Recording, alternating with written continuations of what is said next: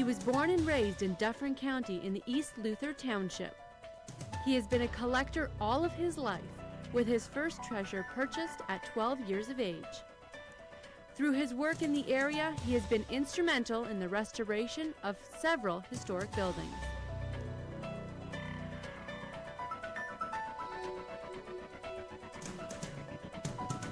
His name is Wayne Townsend. Wayne has been a curator of the Dufferin County Museum and Archives since 1988.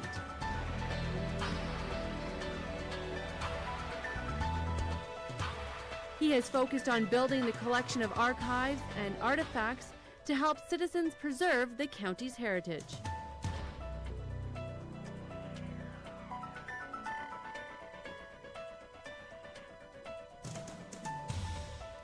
Wayne is also an advocate of celebrating local Canadian heroes in their communities. I like Orangeville. I live there, I work in the area, and the history's never been written. And we have so many people in our community that love the community where they live in. I want to teach them a little bit about what it was, which made us what we are today. Join me, Diana Bumbaca, as I talk one-on-one with Wayne Townsend right after this break.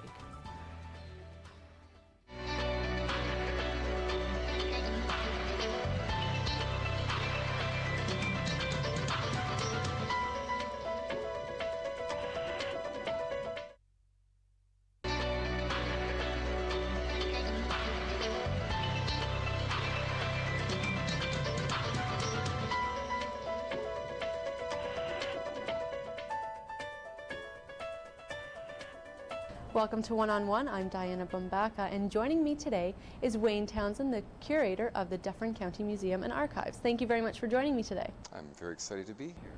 Now, Wayne, as the curator of the Dufferin Museum and Archives, you must know the history of this county. Can you tell me the story of Orangeville? Orangeville actually began around the 1820s and was a small village. Typical mill, foundries, that type of thing.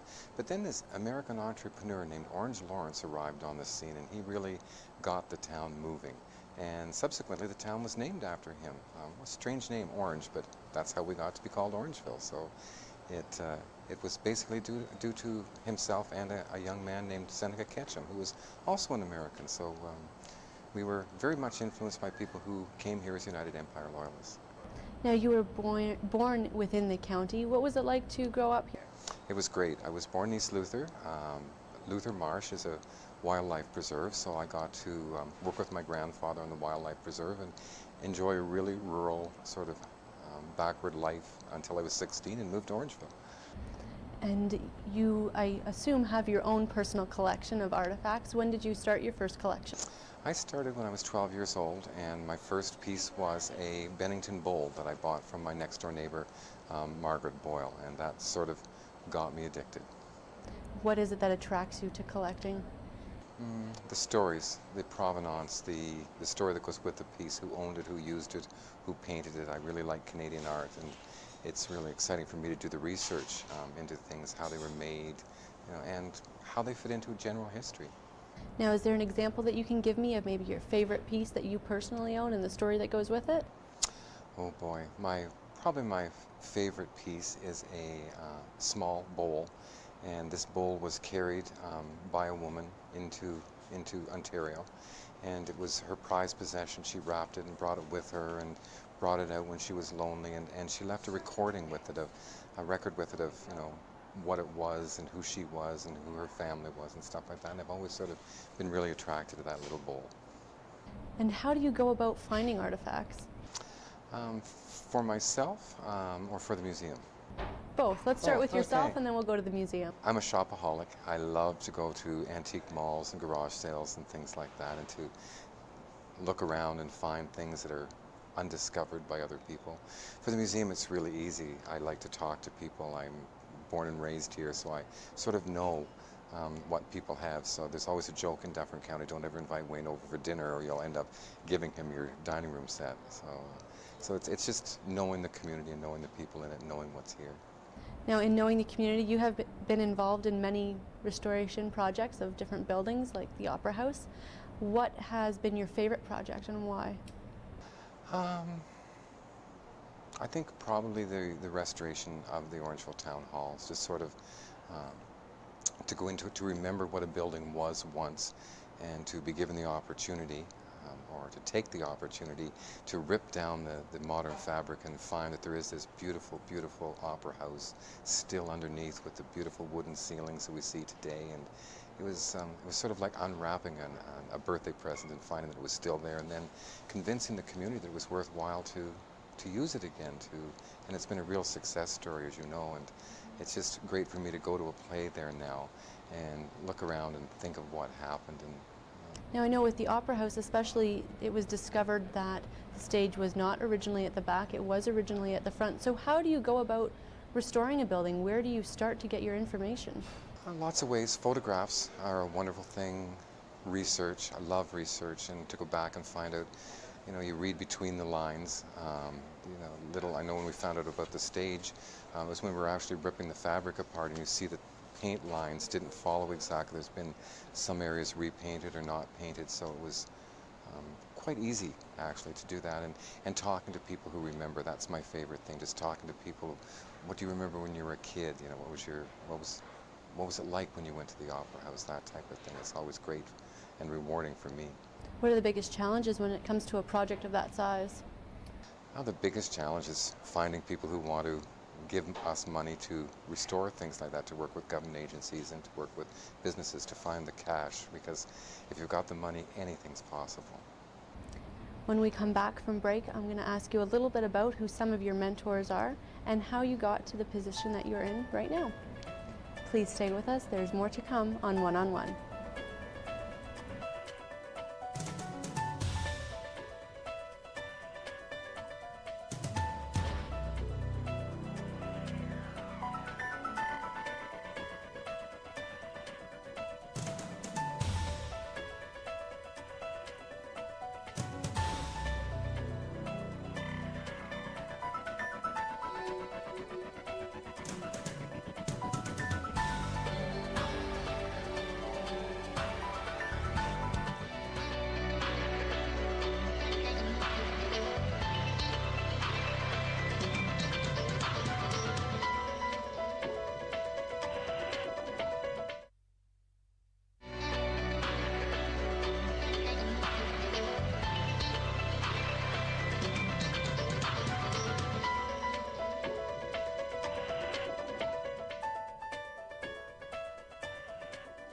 Welcome back to One on One. I'm Diana Bumbaca, and joining me today is Wayne Townsend. Thank you very much again for joining me.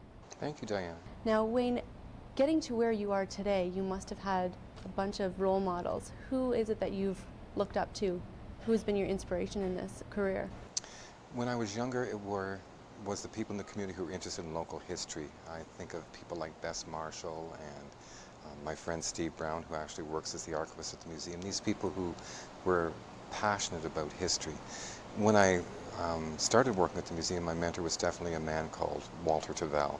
And Walter was the director of the ROM for many years and a member of the Massey family. And he allowed me to find out how he had managed museums for years. And he was always willing to tell me the stories, successful and unsuccessful, and taught me a lot about museum work. Now, before you got to this job, you had an 18-year career in graphic art. How did you begin that career? I graduated from high school, needed a job, and there was a local factory who were just opening up, and they were opening up a graphic art department, and I was really, really interested, convinced the people to hire me and to train me, and I took an apprenticeship with them, and when I was 21 years old, my boss passed away, and I sort of inherited his job, so it was a quick trip up to management. Definitely. Now, how did you go from being a graphic artist to the curator of the museum? I answered a little ad in a newspaper which said we wanted to build a new museum in Dufferin-Caledon and they needed someone to raise the money to do it. And when I was busy raising the money to do it, I quit my job and was successful in getting the money going, but I got addicted to museum work. Took my certificate in museum studies while I was raising the funds, and here I am today. What is it that made you so addicted to it? People's stories. I really like to find out what makes people do things, what influences them, and what we leave behind as a legacy. Is that the most rewarding part of your job, or what would you consider it to be? The most rewarding part of my job is the people I meet. I really think that people, like we talked about, they all have their own story, and they take the time to tell me, and I like artifacts. I like things. I'm pretty object-oriented, I guess. Now, would that be the same answer for what is the most intriguing part of your job? The most intriguing part of my job is learning to be a good civil servant. It's not easy working for government always, but I really enjoy the nuances of politics. Now, do you find that those nuances interfere with your job at all? Sometimes. How so? Um, I feel my role in the community is always to try to preserve history, and again, it sometimes takes money, it sometimes takes influence, and sometimes it's frustrating getting everything together to make it work. Now, in terms of the way artifacts are kept and maintained, is there a process that you have to go through to preserve them? Yeah, there's a very strict process. We have to be very cautious to care for things and restore things in a way which is reversible. We don't want to do something to it in the cleaning process, the restoration process, which will 100 years from now damage it. And we really don't know the answers, but we try to be as careful as we can. What challenges do you face in finding artifacts in the first place? The Antiques Roadshow. Everyone believes that there's a huge dollar value attached to things, and there isn't always. Sometimes the story is much more rich and rewarding than the actual dollar values. Now, in 1994, the Dufferin County Museum and Archives received a new facility. How did this affect your job? Well, it certainly made it busier. We went from a small 2-room museum to a year-round, 7-day-a-week facility. Lots more staff, lots more room. So it made life a lot busier, I guess. Now, Wayne, when we come back from break, I'm just going to talk to you about the importance of preserving history and celebrating our local heroes. Looking forward to that. Please stay with us. There's more to come on One on One.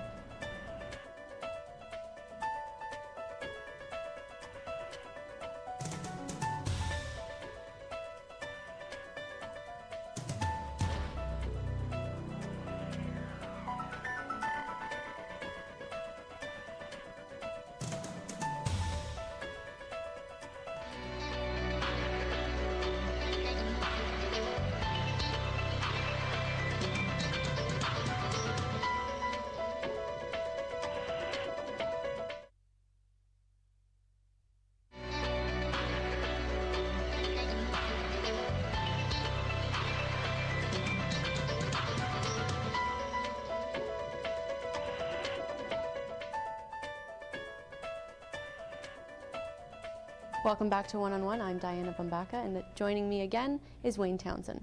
Now, Wayne, you have been called the best curator in Canada. What does that title mean to you?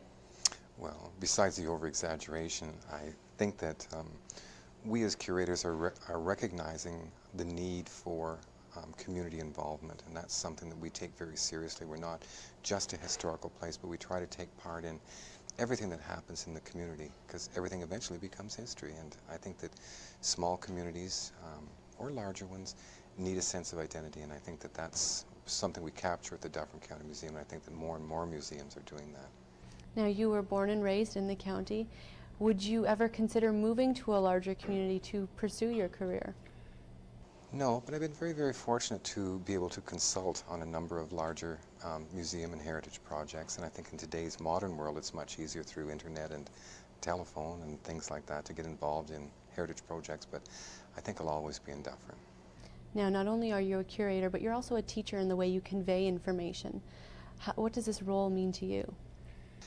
I'm always excited about a teaching role. I always like the excitement in someone's eyes when you tell them a story that interests them or find that link to make them connect to history, and I think that teaching, especially younger people, is very, very rewarding because you get to give them a sense of community. You get to make them feel like they belong. Most people have moved to Dufferin County, so I always like to find a way to teach the younger kids that they belong, and the experiences that they have are very similar to the experiences that everyone's had. Do you find that the younger generation is interested in their history? I think they're very interested in history. You just have to find the little niche. Fashion. Kids have always been interested in fashion, and fashion history is very interesting. And again, I think, especially with teenagers, they're trying to find a sense of place and belonging, and I think that history gives them that grounding. Now, in terms of links, we know that Dufferin County has a link to W.J. Hughes' cornflower. Can you tell me a little bit about that link? Sure. Cornflower is a pattern cut on glass, and it was very, very popular all across Canada and North America. And quite by accident, we found out that Mr. Hughes was born and raised in Dufferin County, so we very quickly collected it. We now have the largest collection in Canada. And with other community museums, it's important to find something which can draw not just a local audience, but a national audience as well. And we've been very successful. Everybody remembers cornflower. Now, you have authored a book entitled Cornflower, Creatively Canadian. What was your inspiration for that book? To let people know the history of the product. There'd always been a lot of misinformation about W.J. Hughes and cornflower out there. A lot of copies have been produced about it, so I wanted to really dig into the history of the person behind and what makes a person leave a small community like Dufferin County and become quite successful. Now, you've got a second book coming out called Orangeville in the Heart of Dufferin. What inspired you to write that book?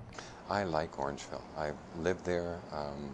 I work in the area, and the history's never been written, and we have so many people in our community that love the community where they live in. I want to teach them a little bit about what it was which made us what we are today. What resources did you use in researching this book? I got to use the resources of the Dufferin County Museum and Archives, and it made me very proud. When I started the job, we decided there was maybe 12 history books about Dufferin County where things have been published. We currently have 400 and some in the archives, so it was really fun for me to pull it together and to prove to the community that we do have a rich resource right here in the hills of Mulner. Now, did you have many challenges writing this book? There was lots of challenges. It was especially when a lot of the descendants of the people which I were researching are still alive, to make sure that we approach family histories cautiously, because not everyone's been good all their life. And I think that the other challenge was perhaps working with an editor who is very, very precise, who wants to make sure that every fact is checked. And I'm a boy, I like to slack off a little bit, so she's really kept me on the historical straight and narrow. Well, that's good. We always want an accurate book. Yes. Well, when we come back from break, we're going to talk a little bit about the 125th anniversary of Dufferin County and history itself. All right. Please stay with us. There's more to come on One on One.